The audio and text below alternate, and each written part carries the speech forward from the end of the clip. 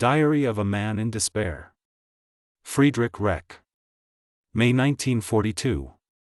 Everybody is wailing about the destruction of Lübeck and Rostock, and nobody could possibly be more unhappy about the loss of these Gothic masterpieces than I am.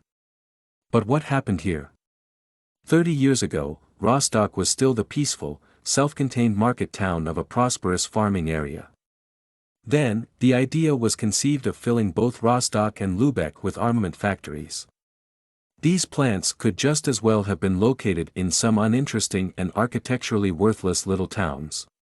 But the engineers did not want to be bored in provincial towns, and the burgomasters wanted to bring progress to their communities. The result was the same as happened in Munich, which can thank her Krupp for the fact that it was blessed with its first great industrial complex during World War I, and that this was followed by others. So now people are crying over two cathedrals which we will never have again, and which were wrecked by the industrial monomania which is the source of all our unhappiness. They weep, but they do not beat their own breasts. What about the household tools, the screwdrivers and handsaws that are kept in costly Baroque cabinets, and the irreplaceable crystal glassware used to impress one's hunting guests? After the war, will these engineers, these war production board generals, these burgomasters and community leaders be called to account for the unspeakable frivolity with which they gambled away the treasures entrusted to them? It does not appear so. For years now, these pestilential North German corporations have been eating away at the quiet valley where I live, driving out the farmers, planting in their place social instability, poverty, discontent. And then these people have the truly monumental gall to claim credit for having brought progress to the region, just like the Lübeck and Rostock burgomasters.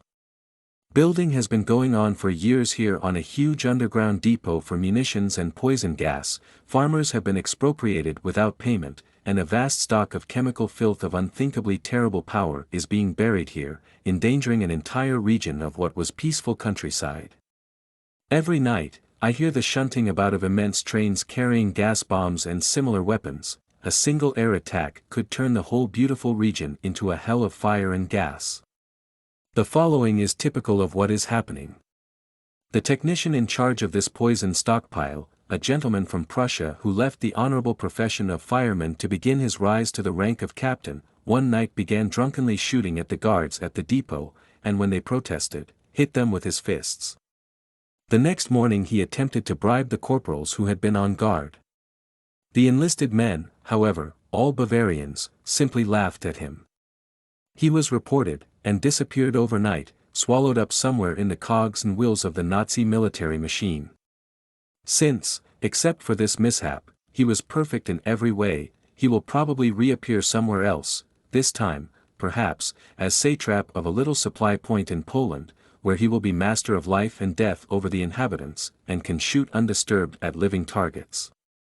So much for the functionaries who are named to administer chemical hells, and who through some slight error can cause the most beastly of deaths to an entire region, man and animal, tree and grass. As regards the bombing of Rostock, a relative of mine who is a well-known gynecologist lost his private clinic on the first night of the attack. The second night, his apartment was destroyed, along with all his possessions. Pajama-clad, the 60-year-old man managed to squeeze through a window in his cellar and escape. His bare existence was all he could salvage out of a lifetime of hard work. I have word that Ernst Niekisch, who was sentenced to life imprisonment by the Nazis 4 years ago after a sensation-filled trial closely followed abroad, has been murdered in prison.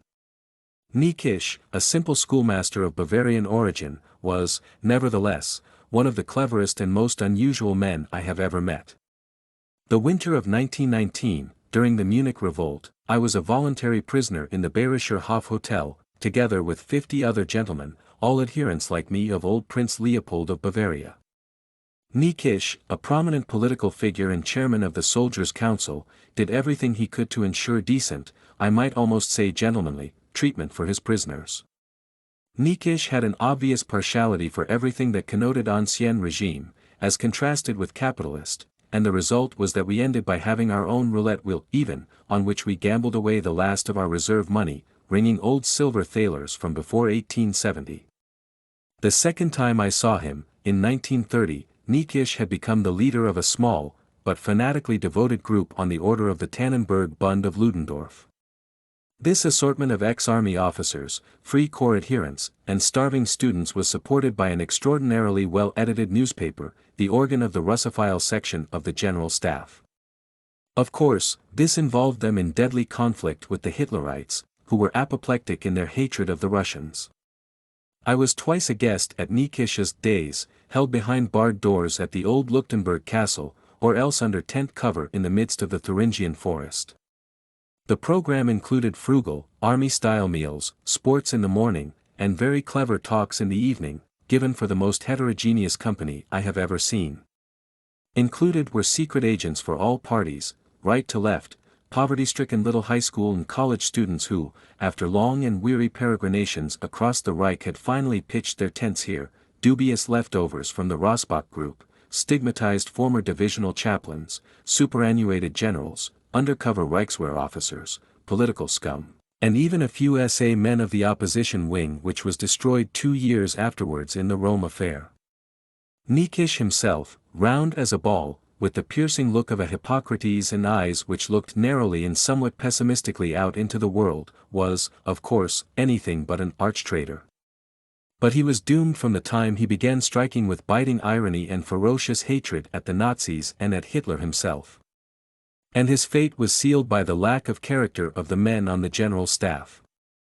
Since 1918, utilitarianism, political opportunism, and the breaking of one's word have become something like the tradition among the new breed on the General Staff.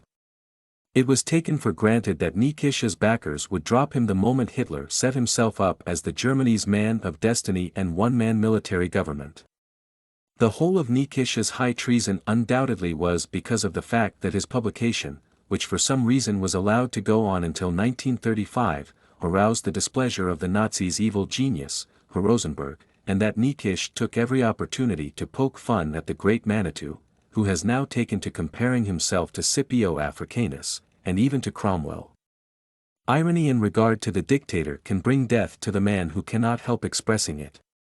But I wonder, do the judges of Niekisch who 4 years ago took on themselves the responsibility for his imprisonment and therefore of his political murder, do they feel quite secure inside their skins?